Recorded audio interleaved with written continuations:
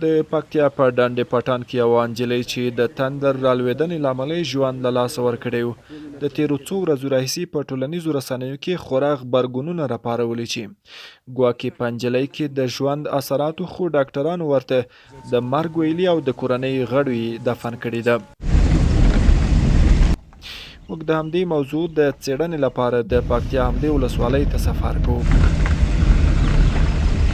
بالاخره د شاوخوا 5 ساعتونو په تېرېدو د سیمې ته ورتېرې کږلېچنې لارې طی کوو او یا د ساحې ته وررسېږو چیرې چې یاده پیښه رامنځته شوي.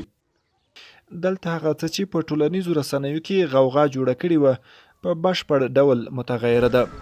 موږ ته په اړه د کورنۍ غړی داسې وایي: د کومه شهیده چې شوې ده د دغې تره زوی یم، غانو ته یې وړه، ملکي شبخانې ته مې یوړه، هغلته یې دغه د زړه ګراف یا ای سی جي چې ورته وایي دا مې وکړه. د ای سی جي چې د 0 دی تاسو ته خپله معلومیږي. هغې نه وروسته تقریبا 4 ساعته نه بلکې 1.5 ساعته بعد موږ خاورو ته وسپارله. کله چې موږ مکمل مطمئن شو چې مریض مړ دی او شهید شوی دی، هغه نه وروسته موږ غږ کړی دی. هلته کوم متخصص ډاکټر نشته، واقعیت مړی نه ژوندی ښخ شوی دی. د کس چې و شهید و، زه په خپله شهید حال یم، زه په خپله حادثې کې ورکې وم او کس چې و مکمل شهید شوی دی. بلخوا د پکتیا د اطلاعاتو او فرهنګ ریاست رئیس قاضي ثواب جان هم وایي د بشپړو معایناتو او وخت تېرېدنې وروسته نجلۍ دفن شوي.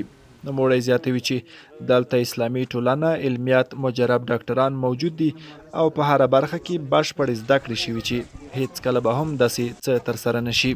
ډګګو ولسونو ته وضاحت ورکوو چې دا نجلۍ د ډاکټرانو د په ځانګړې توګه د زړه د متخصصو ډاکټرانو له کره معایناتو وروسته او دا ډول علماء کرامو ولسونه دلته موجود وو، د اسلامي اصولو په رڼا کې خاورو ته سپارل شوي.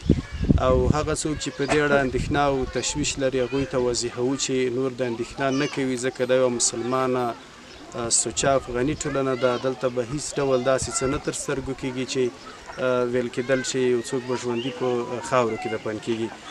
د امارات چارواکي وایي چې بعضې مغرضې کړۍ په لوی لاس غواړي چې حکومت او خدمات یې نړۍ ته بعد ور وپېژني، خو پر وړاندې د دوی فعالیتونه هم ولاړ نه دي. سید وزیر ان، ازمون راډیو، پکتیا.